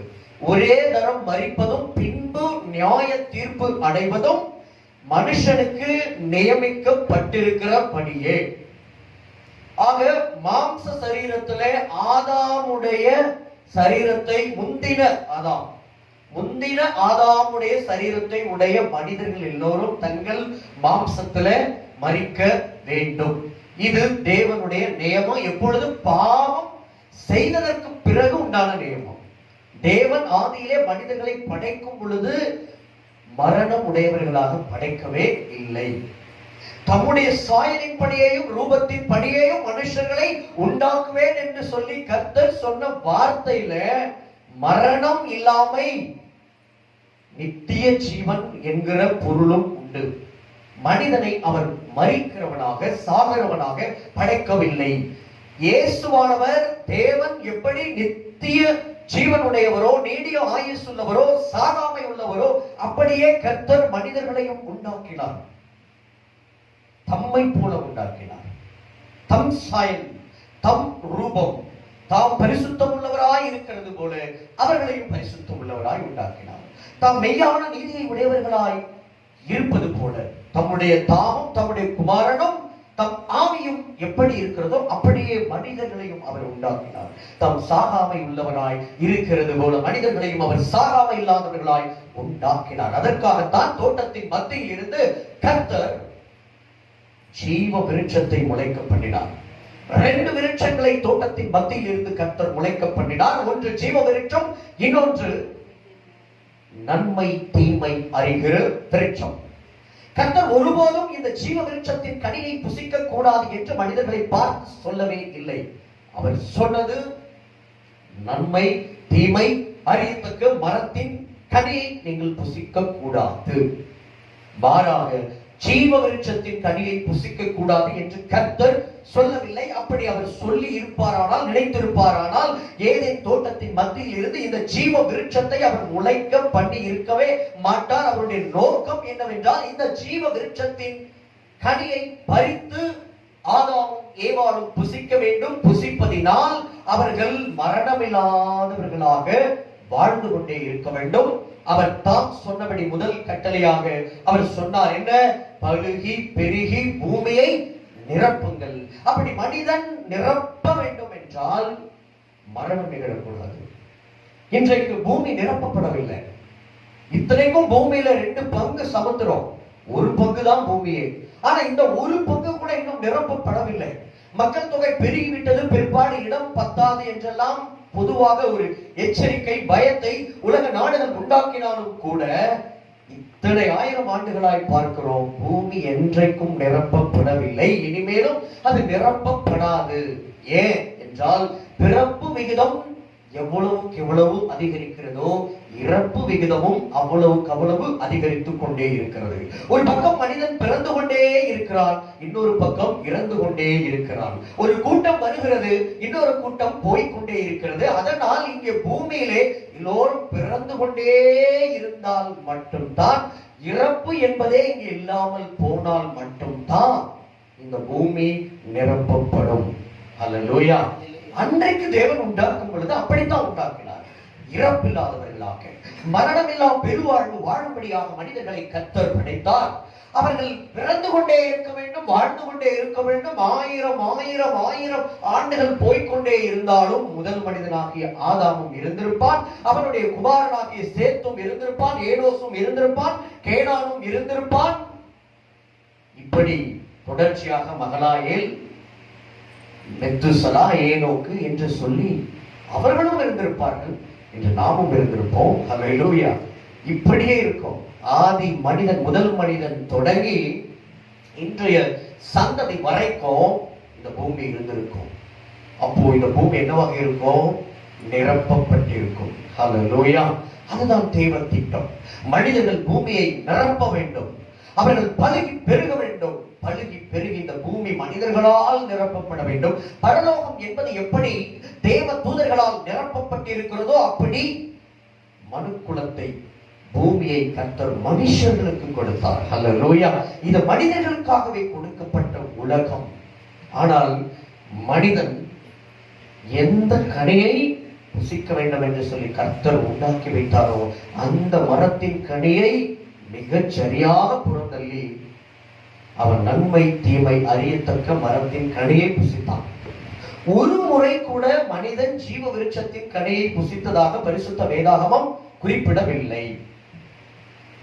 ஒருவேளை அந்த ஜீவ விருட்சத்தின் கனியை முதலில் புசித்திருந்து பிற்பாடு நன்மை தீமை அறியத்தக்க மரத்தின் கனியை புசித்திருந்தானால் என்ன நிகழ்ந்திருக்கும் என்றால், மனிதன் இன்று போலவே பாவியாகவே வாழ்ந்திருப்பான். ஆனால் மரணமில்லாத பாவியாகவே வாழ்ந்து கொண்டிருந்திருப்பான். இன்றைக்கு பாவிகளாய் மனிதர்கள் வாழ்கிறார்கள், துன்மார்க்கமாய் வாழ்கிறார்கள். ஆனா அந்த துன்மார்க்கங்களுக்கு கர்த்தர் ஒரு முடிவு எல்லையை வைத்திருக்கிறார். மரணம் என்பது மனிதனுடைய ஆட்டத்திற்கு, பாவத்திற்கு, அக்கிரமத்திற்கு ஒரு முடிவை உண்டாக்குகிறது. ஆனால் ஒருவேளை மனிதன் முதலாவது இந்த ஜீவ விருட்சத்தின் கனியை பறித்து புசித்து விட்டு பிற்பாடு நன்மை தீமை அறிகிற மரத்தின் கனியையும் புசித்திருந்தானால், என்றைக்கு ஜீவ விருட்சத்தின் கனியை புசித்தானோ அன்றைக்கு அவனுக்கு மரணம் என்பது இல்லாமல் போயிருக்கும். மரணமில்லாத ஒருவன் நன்மை தீமை அறியத்தக்க மரத்தின் கனியை புசித்து கண்கள் திறக்கப்பட்டு அக்கிரமக்காரனாய் மாறி இருந்தானால், இந்த அக்கிரமக்காரர்கள் பூமி எங்கும் பழுகி பெருகி இருப்பார்கள். ஆதாமாகிய அக்கிரமக்காரனும் இருந்திருப்பான். இன்றைய சந்ததியின் அக்கிரமக்காரர்கள் வரைக்கும் பூமி எங்கும் பாவிகளால் நிரம்பி வழிந்திருக்கும். அவர்கள் கடைசி வரைக்கும் மரணம் இல்லாமல் வாழ்ந்து கொண்டே இருந்திருப்பார்கள். ஆனால் என்ன நிகழ்ந்தது என்றால், ஜீவ விருட்சத்தின் கனியின் பக்கம் இந்த ஆதி பெற்றோருக்கு கவனம் போகவில்லை. மாறாக பிசாசானவனுடைய வஞ்சகத்தின் மூலம் அவர்களுடைய கவனம் எங்கே போய்விட்டது? நன்மை தீமை அறியத்தக்க மரத்தின் கனியிடம் போய்விட்டது. பறித்தார்கள், புசித்தார்கள், கண்கள் திறக்கப்பட்டன. திறக்கப்பட்ட பிறகு அவர்களுக்கு வெட்கம் உண்டாயிற்று. பாவம் என்னவென்று அறிந்து அதனுடைய ருசியை அவர்கள் அறிந்தார்கள். இப்போ தேவன் பார்க்கிறார், இதோ மனுஷன் நன்மை தீமை அறியத்தக்கவனாய் நம்மில் ஒருவரை போல் ஆனான். தேவனுக்கு நன்மை தெரியும், தீமை எதுவென்று தெரியும், நீதி எதுவென்று தெரியும், பாவம் எதுவென்று தெரியும்.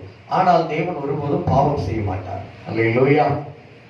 ஆனால் மனிதன் அதே நன்மை தீமை எதுவென்று அறிந்து கொண்டவனாய் மாறுகிறான் கனியை புசித்த பொழுது. ஆனால் பாவியாக மாறிவிட்டான். இதுதான் வித்தியாசம். தேவனுக்கும் பாவம் எதுவென்று தெரியும், தீமை எதுவென்று தெரியும். ஆனால் அவர் ஒருபோதும் தீமை செய்ய மாட்டார். அவர் பாவத்தை பாராத சுத்த கண்ணன். ஒரு நாளும் அவர் பாவியாய் மாற மாட்டார். ஆனால் மனிதன் அதே வல்லமையை பெற்றுக் கொள்கிறான். நன்மை தீமை அறியத்தக்க அந்த கண்ணில் அவனுக்கு திறக்கப்படுகிறது. ஆனால் அவன் தன்னை அறியாமலேயே பாவியாய் மாறி இருந்தான். இப்ப பாவியான மனிதன், அக்கிரமக்காரனான மனிதன், சாத்தானுடைய கிரியை தனக்குள் கொண்டு வந்துவிட்ட மனிதன் இப்பொழுது போய் ஜீவ விருட்சத்தின் கனியையும் பறித்து புசித்து என்றென்றைக்கும் உயிரோடு இராதபடிக்கு செய்ய வேண்டும். சரி, ரெண்டு ஆப்ஷன் வச்சோம். மனிதன் எதை தெரிந்து கொண்டால்? நன்மை தீமை அறியத்தக்க மரத்தை தெரிந்து கொண்டு விட்டான். சரி, இப்பொழுது என்ன செய்ய வேண்டும்? இதற்கு பிறகு போய் அவன் ஜீவ விருட்சத்தின் கனி என்ன செய்து விடக் கூடாது, சாப்பிட்டு விடக்கூடாது. சாப்பிட்டால் எல்லாமே இன்னும் கெட்டு போகும். சாத்தானுடைய பிள்ளைகளாய் மாறி போன மனிதர்கள் தேவனை போலவே என்றென்றைக்கும் உயிரோடு இருக்கிறவர்களாய் வாழ்வார்கள். அதாவது நன்மை தீமை அறிகிற அந்த கண்கள் திறக்கப்பட்டு விட்டது, அதிகாரம் வந்து விட்டது. இப்பொழுது மனிதன் கடைசி வரைக்கும் நித்தியமாய் வாழ தொடங்கினான் என்றால் அது மிகப்பெரிய சீர்கேட்டுக்கு வழிவகுத்திருக்கும். ஆண்டவர் பார்க்கிறார். இப்போ மனிதனை ஏதேன் தோட்டத்தை விட்டு என்ன செய்ய வேண்டும்? உடனடியாக விரட்ட வேண்டும். இந்த கனியைத்தான் சாப்பிட்டு விட்டான். அந்த கனியையும் சாப்பிட்டால் நிலைமை மோசமாய் போகும். இந்த கனியை சாப்பிட்டதனால் அவனுக்கு என்ன உண்டாகும்? மரணம் உண்டாகிவிடும். அவன் மரிப்பது நலம். ஏனென்றால் அவனுடைய கிரியைகளுக்கு ஒரு முற்று புள்ளி உண்டாகும். ஆனால் அவன் தொடர்ந்து உயிரோடே இருந்து கொண்டிருந்தான். ஆனால் அது மிகப்பெரிய சீர்கேட்டுக்கு பூமியிலே வழிவகுக்கும் என்று சொல்லி கர்த்தர் ஏதேன் தோட்டத்தை விட்டு மனுஷனை அனுப்ப சித்தமாகிறார். ஆமென், ஹல்லேலூயா. அதுதான் ஏதேன் தோட்டத்தில் இருந்து ஆண்டவர் மனிதனை அனுப்பினதற்கான காரணம். இந்த இடத்துக்கு விட்ட இடத்துக்கு வருவோம். முதலாம் மரணம் என்று எதை சொன்னேன்? மாம்ச சரீரத்தில் ஒரு மனிதன் மரிப்பது. கர்த்தர் ஆதாமை பார்த்து சொன்னார், நீ அந்த மரத்தின் கனியை புசிக்கும் நாளிலே சாகவே சாவாய். ஆனால் வேதம் தெளிவாய் சொல்லுகிறது, அவன் புசிக்கும் நாளிலே சாகவில்லை. முதலாவது கனியை புசித்தவள் ஏவாள். ஆண்டவர் சொன்ன வார்த்தையின்படியே லிட்டரலா நம்ம புரிஞ்சுக்கணும் அப்படின்னா, அப்படி புசித்த உடனே ஏவாள் என்ன செய்திருக்கணும்? அன்னைக்குள்ள என்ன எந்த நாளில் சாப்பிட்டாலும் அன்றைக்குள்ள அவள் என்னவா இருக்கணும்? மரித்து போயிருக்கணும். அடுத்து ஆதாம் சாப்பிட்டிருந்தாரு, அவரும் என்ன செய்திருக்கணும்? அன்றைக்குள்ள மரித்து இருக்கணும். ஆனால் வேதம் சொல்லுகிறது, ஏதேனை விட்டு இவர்கள் விரட்டப்பட்ட பிறகும் கூட இவர்களுடைய ஆயுட்காலம் என்ன? ஆதாமுடைய ஆயுட்காலம் 930 வருஷம். இப்ப வேதம் சொல்லுகிறது, புசிக்கும் நாளிலே சாகவே சாவா. ஆனா அன்றைக்கு சாகல, 930 வருஷம் பூமியில வாழற. அந்த வார்த்தை சரியா நிறைவேறணும்னா அவருக்கு அடுத்து வந்த எல்லா தலைமுறைகளுமே அடுத்தடுத்து செத்துருக்கணும். இவரே செத்துட்டார் அப்படின்னா அடுத்து பூமியில தலைமுறைகளுக்கு வழியே கிடையாது. ஏன்னா அது வரைக்கும் அவர்களுக்கு பிள்ளைகளே பிறக்கவில்லை. ஏதேனை விட்டு வெளியே வந்த பிறகுதான் காயின், ஆபேல் எல்லாம் பிறக்கிறார்கள். அப்போ ஆண்டவர் எந்த சாவை பற்றி பேசினார்? ஆண்டவர் ஆத்தும மரணத்தை பற்றி பேசினார். ஒரு மனிதனுக்கு ஆவி, ஆத்துமா, சரீரம் 3 நிறைந்தவராக கர்த்தர் மனிதனை உண்டாக்கினார். ஆவி தேவனுடையது. தேவன் தம்முடைய ஜீவ சுவாசத்தை மனிதனுடைய நாசியில் ஊதினார். அவன் ஜீவ ஆத்மாவானான். ஜீவாத்மா. மிருகங்களுக்கும் மனிதர்களுக்கும் இருக்கிற வித்தியாசம் என்ன அப்படின்னா, மிருகங்களோ பறவைகளோ மரித்து போனால் அவற்றினுடைய ஆத்மா உயிரோட இருக்காது. ஏன் அப்படின்னா ஜீவன் இல்லாத ஆத்மா. சரீரம் மரிச்சா ஆத்மாவும் சேர்ந்து மரித்து போயிடும். ஆனா மனிதனை பாருங்கள், மனுஷன் ஜீவாத்மாவானான். அவன் மாம்சம் மரித்தாலும் அவனுடைய ஆத்மா உயிரோடு இருக்கும். அந்த ஆத்மாவுக்கு கர்த்தர் என்ன செய்கிறார்? அக்கினி கடல் நியாய தீர்ப்பை வைத்திருக்கிறார். அந்த ஆத்மா தான் எங்க போகுது? பாதாளத்துக்கு கடந்து போகிறது. மாம்ச சரீரம் மண்ணோடு மண்ணாய் போய் விடுகிறது. அது மண்ணாய் இருக்கிறாய், மண்ணுக்கே திரும்புவாய் என்கிற வசனத்தின்படி மண்ணாக மாறிவிடும். எலும்புகள் மட்டும்தான் மிஞ்சும். ஆனா ஆத்மா எங்க போகிறது? பாதாளத்துக்கு போகிறது. வேதம் ஆவி என்று சொல்லி குறிப்பிடுகிறது. ஆவிகள், பாதாளத்தில் இருந்து ஆவிகள் புறப்பட்டு வந்து பூமியில கிரியை செய்கின்றன. அப்ப தேவன் சொன்னது என்ன அப்படின்னா, நன்றாய் கவனிங்க, உண்டாக்கப்பட்டது ஒன்றும் அவராலே அல்லாமல் உண்டாக்கப்படவில்லை. யாரால்? இயேசு கிறிஸ்துவால். இயேசுவானவர் தான். இயேசுவின் வழியாகத்தான் தேவன் வானங்களையும் பூமியையும் மனிதர்களையும் எல்லா ஜீவராசிகளையும் உண்டாக்கினார். மனிதனுக்குள் இயேசுவானவர் இருந்தார். இயேசுவினுடைய வெளிச்சம் இருந்தது.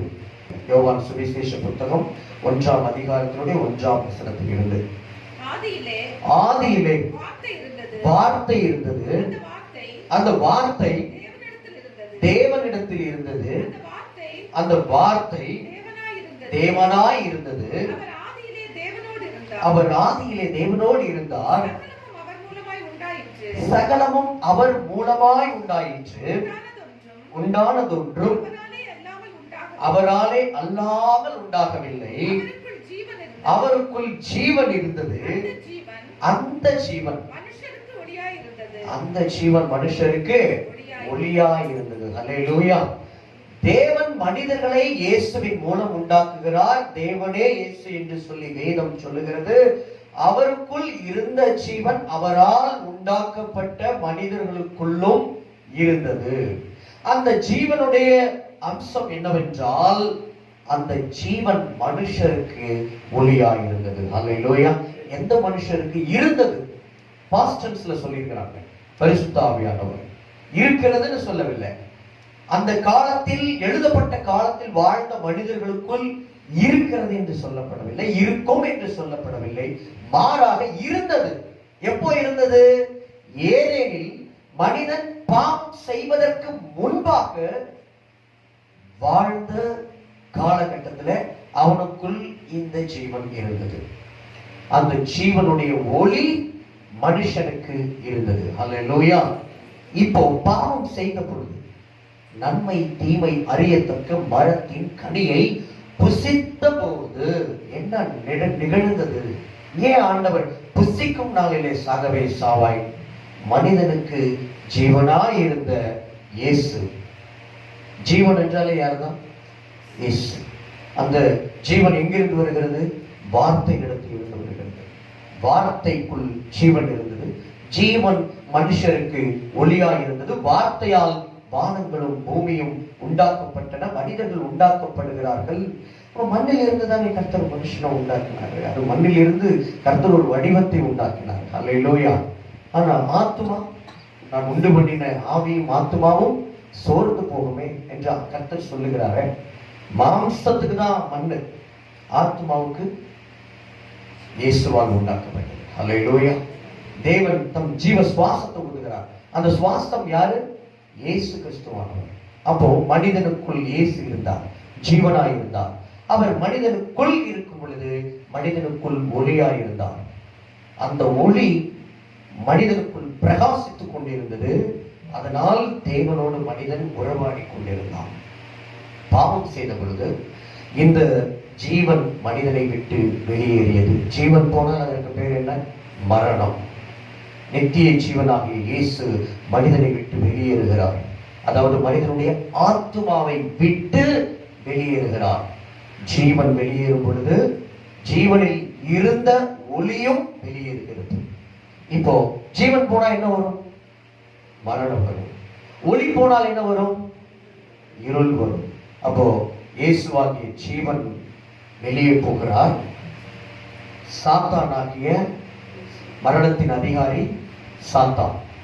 மரணம் மனிதனுக்குள் வருகிறது. எங்கே? ஆத்மாவுக்குள் வருகிறது. ஒளியாகிய இயேசு வெளியே போகிறார். பாவ இருள் உள்ளே வருகிறது. மெய்யான ஒளி வெளியே போகிறது, பாவ இருள் உள்ளே வருகிறது. கிறிஸ்து வெளியே போனா அந்த இடத்துக்கு யார் வருவா? சாத்தான் வருவான். முதலாம் மரணம் மாம்ச சரீரத்தில அடைகிற மரணம். இது பொதுவா மனிதனுக்கு நியமிக்கப்பட்டிருக்கு. ஆனா ஏதேன் தோட்டத்துல எந்த மரணம் முதல்ல நிகழ்ந்தது? ஆத்தும மரணம் நிகழ்ந்தது. பிற்பாடுதான் அந்த மனிதனுக்கு 930 வருடங்கள் கழித்து மாம்ச மரணம் நிகழ்ந்தது. இப்போ இங்க வேதத்தின்படி பார்த்தோம் அப்படின்னா, ஒரு மனிதன் மாம்ச சரீரத்தில் அடைவதை முதலாம் மரணம் என்று சொல்லுகிறது. அதே மனுஷன் மகா நாளின் நியாய தீர்ப்பு அன்னைக்கு அக்கினி கடலுக்கு அனுப்பப்பட்டால் அதனை வேதம் 2ஆம் மரணம் என்று சொல்லுகிறது. வெளிப்படுத்தின விசேஷம் 20ஆம் அதிகாரத்தினுடைய 14, 14, 15 வசனங்களில் பார்த்தோம். அப்பொழுது மரணமும் பாதாளமும் அக்கினி கடலிலே தள்ளப்பட்டன.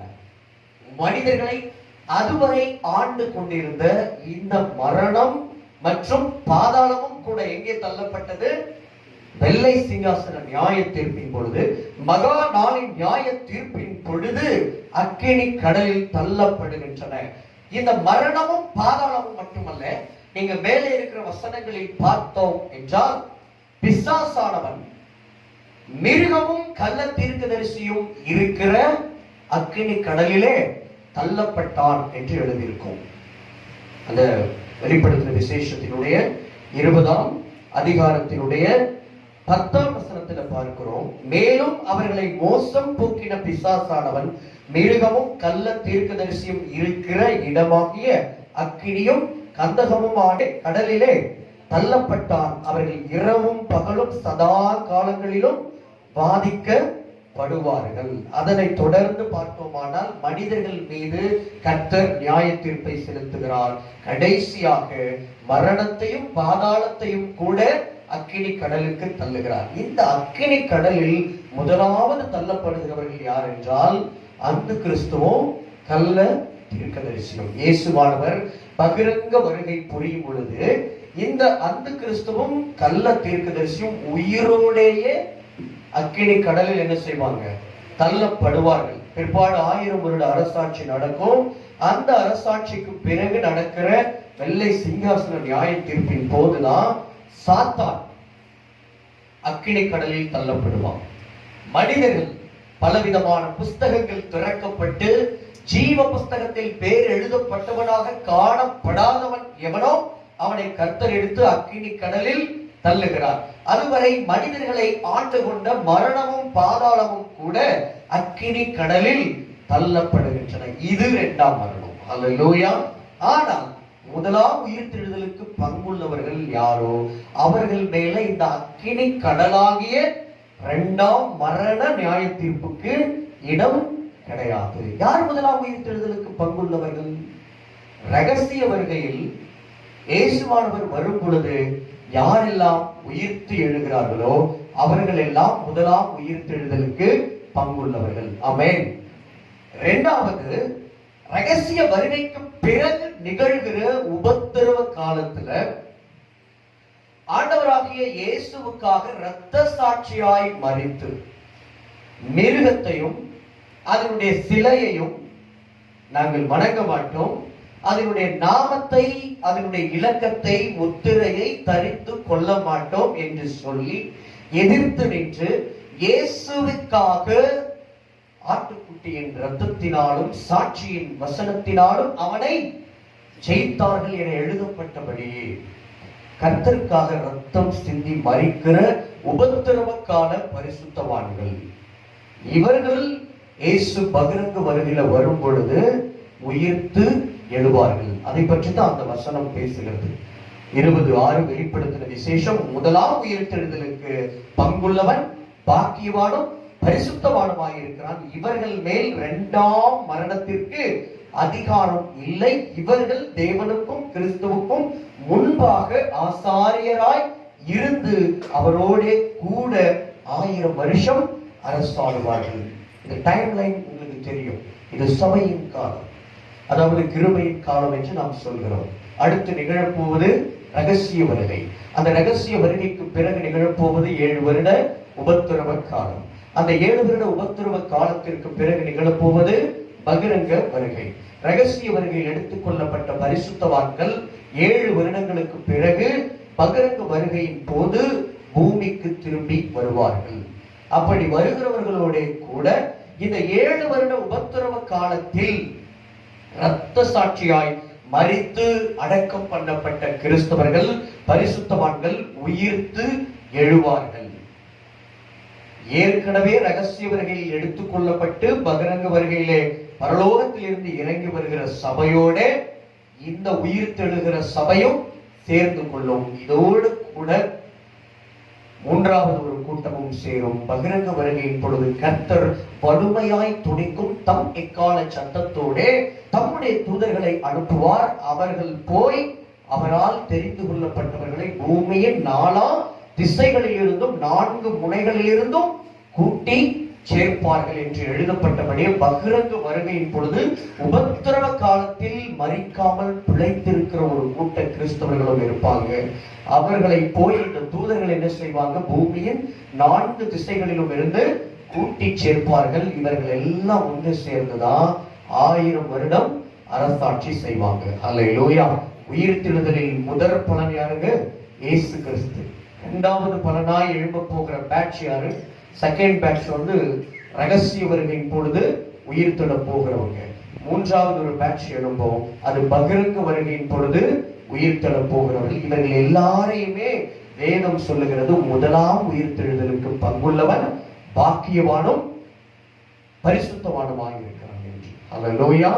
எல்லாவற்றுக்கும் சேர்த்து முதலாம் உயிர்த்தெழுதல் தான். இயேசுவா இருந்தாலும், அதற்கு பிறகு ரகசிய வருகையில் எழுந்திருக்கிற போகிற சபையாக இருந்தாலும், அதற்கு பிறகு பகிரங்க வருகையில் எழும்ப போகிற உபத்திரவ கால பரிசுத்தவான்களாக இருந்தாலும், இவர்கள் எல்லோரும் முதலாம் உயிர்த்தெழுதலுக்கு பங்குள்ளவர்கள். இவர்கள் உயிர்த்து கிறிஸ்துவுடன் கூட 1000 வருஷம் அரசாட்சி செய்வார்கள். இவர்களுக்கு நியாய தீர்ப்பு என்பது கிடையாது. வேதம் சொல்லுகிறது ஒரே தரம் மரிப்பதும் பின்பு நியாய தீர்ப்பு அடைவதும் மனுஷனுக்கு நியமிக்கப்பட்டிருக்கிற வழியே என்று. ஆனால் நியாய தீர்ப்புக்கு நியமிக்கப்படாதவர்களும் உண்டு. அல்லேலூயா. அவர்கள் யார் என்றால், இப்பொழுது நாம் பார்க்கிற வசனத்தின்படி முதலாம் உயிர்த்தெழுதலுக்கு பங்குள்ளவன் பாக்கியவானும் பரிசுத்தவானுமாய் இருக்கிறான். இவர்கள் மேல் 2ஆம் மரணமாகிய அக்கினி கடல் நியாய தீர்ப்புக்கு அதிகாரம் கிடையாது.